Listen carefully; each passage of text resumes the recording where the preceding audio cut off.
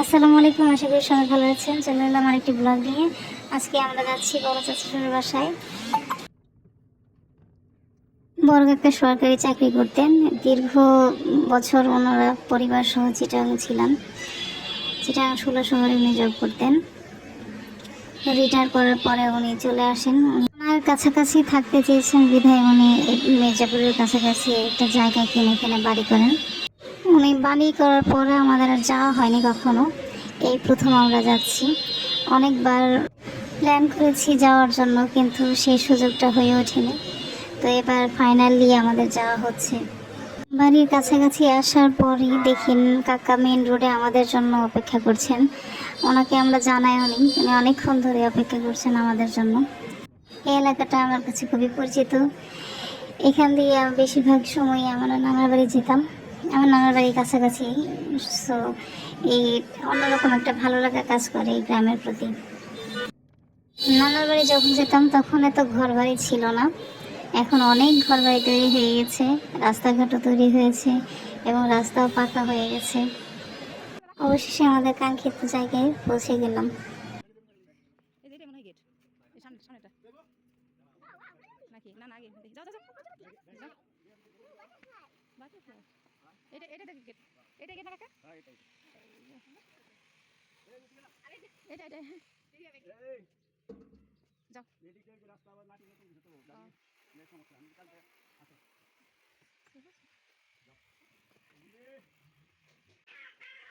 বাসাটা দেখে আমার খুবই পছন্দ হয়েছে, খুব সুন্দর করে সাজানো হয়েছে সিম্পলের মধ্যে। আমার ননদিনী অনেক গুণের। এই যে বাসার যত পেন্টিং সাজসজ্জা সবই ও ডেকোরেট করেছে।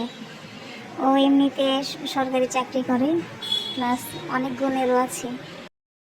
ও ভালো ছবি আঁকতে পারে। এই যে পেন্টিংগুলো সব ও নিজে এঁকেছে।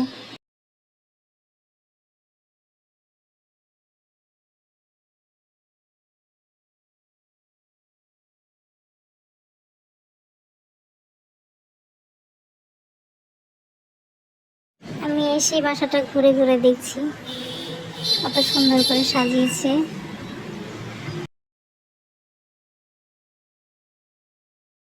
কি অন্যান্য দিনে মিলে অনেক কিছু রান্না করেছিল, যা খেয়ে শেষ করতে পারিনি।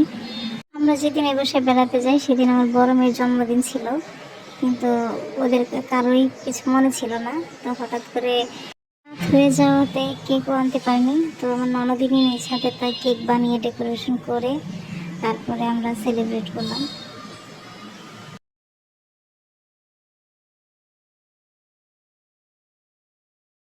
আজকে এই পর্যন্তই, দেখা হবে আবার নতুন কোনো ব্লগ নিয়ে। সবাই ভালো থাকবেন। আসসালামু আলাইকুম।